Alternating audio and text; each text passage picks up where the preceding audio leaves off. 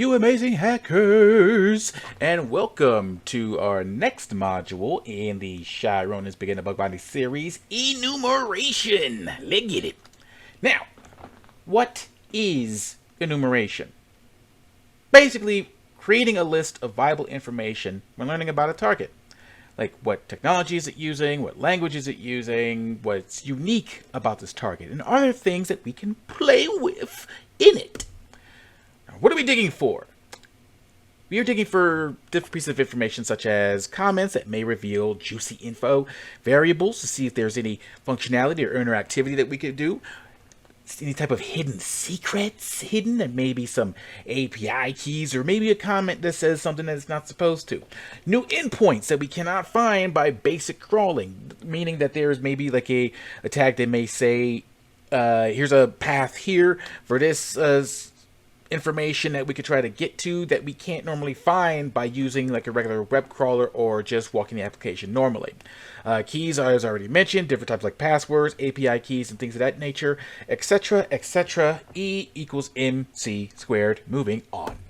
Now, the tools that we're going to be using in, or learning more about, I should say, are going to be the following: Nmapper, Massascan, Naboo,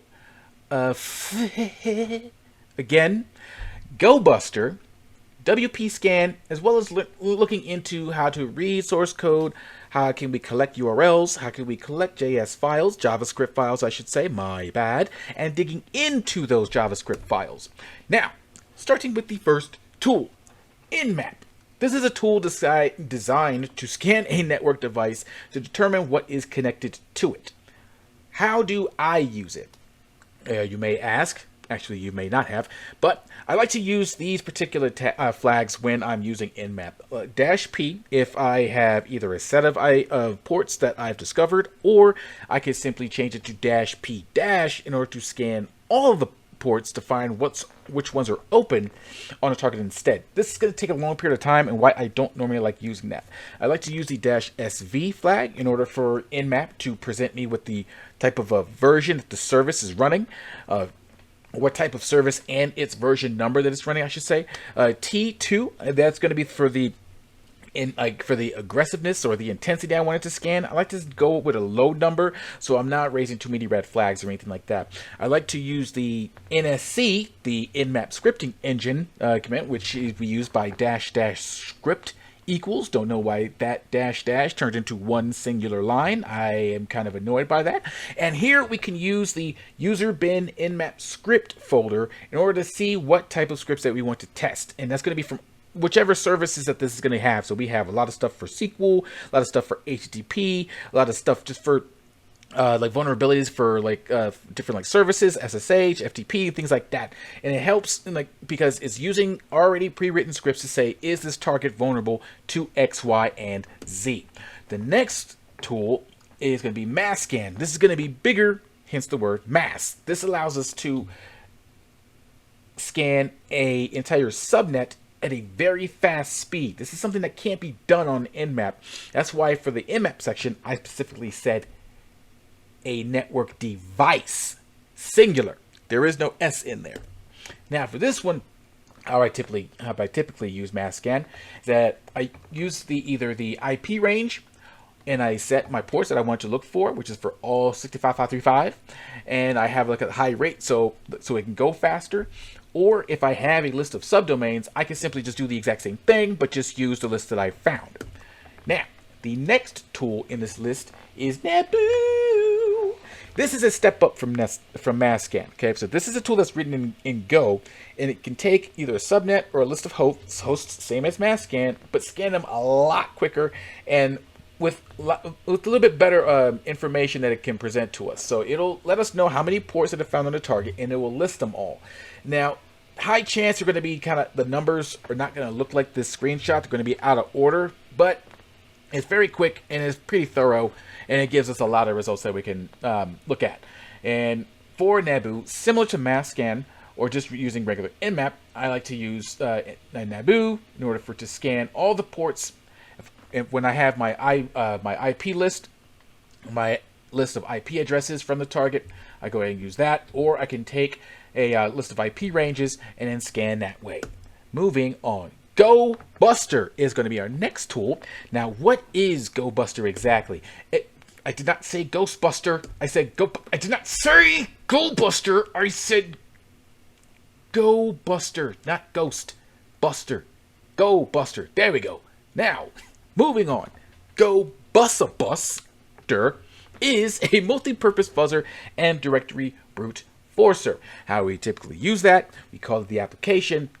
We specify the URL, we specify our word list, and it scans. Now, by my understanding, how this screenshot shows it is incorrect because we have to specify the module that we're using, which is dir. Next tool, as per our introductory video, I believe, is using the tool.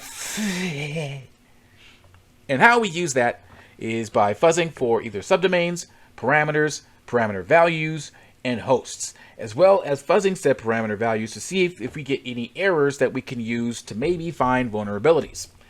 Now, WP scan. This is a thorough WordPress scanner. And so whenever that we're doing directory busting and we see a path that says WP-content or WordPress or whichever, this is the tool that we immediately use in order to scan that target. And how I like to use that is using the E to enumerate everything and the URL. So whatever it could find, I wanted to dig for everything. I forgot what the RUA stands for, but I will definitely use that for my example videos. But the second option is how I mainly use it. I specify the URL. I want it to E enumerate AP all plugins, enumerate all themes, and enumerate users. If it can find a user, then I go back and do this again, but I specify a password list, like for example, rocku.txt, specify the user that we just discovered, and if we have like a set of users, like 1, 2, 3, 4, 5, then we simply separate them by commas. Reading source code. Damn it, not that one. There we go. Reading source code. Helps present things hidden behind the scenes, like new endpoints via like href tags or anything like that, new variables. We could see if they accept or allow any type of like input, or they perform different actions where we can play with it, like different type of functionality, or comments from developers that so they can remember what it is that they've done. If it presenting too much information, we could potentially use that in order to find things to exploit. Gathering URLs. We can either crawl a target using a proxy, or we can use tools via our command line interface in order to do crawling for us for URLs or different types of like href tags or JavaScript files. Now, these are the ones that I normally like to use. I know there's one tool called Hack Crawler, but I can't.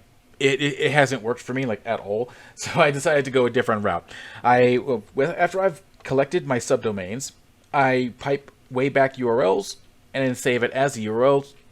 My second option that I do is I simply use echo and specify the domain that I'm using. A tool called Gather All URLs, aka GAU.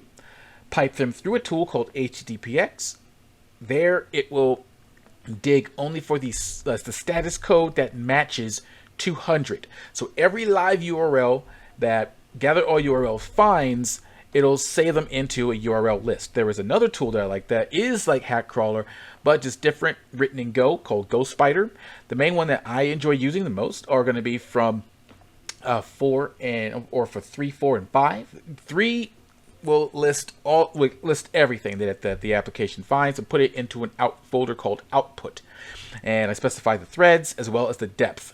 Now, this other portion for number 4 does the exact same thing, except I grep for only files that end with .js, or number 5, if the grepping for the JS file gets too cluttered or whichever, I simply grep for strictly the word JavaScript. Now, what GoSpider does is that once it categorizes everything as either URL, href, or JavaScript. So with number 5, I'm specifically looking for results that only say JavaScript, and that's it. We can also use it for href or URL as well, but there are lots of results that come through that, so we might get a lot of clutter.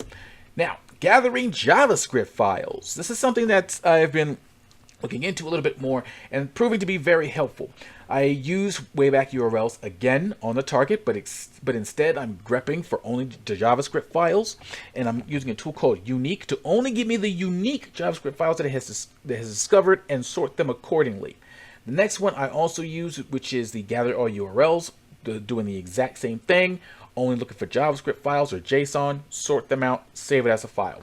After I have that list of JavaScript files, I utilize a tool called beautifier.io, which takes the JavaScript file itself, and what it does is that it will make it prettier and easier to read. So it's easier to grep and follow along what it is that we're reading. We can dig into these JavaScript files and look for certain information within that JavaScript code. We can look for keywords such as secret, API, password, REST for an API, GraphQL for an API, see if there's anything that says the word key, new endpoints, look for get methods, post methods, variables, or XML if you want to look for XXE. Now, that is that. Thank you very much, everybody, for joining me on this next module. I will see you in the next one. Peace.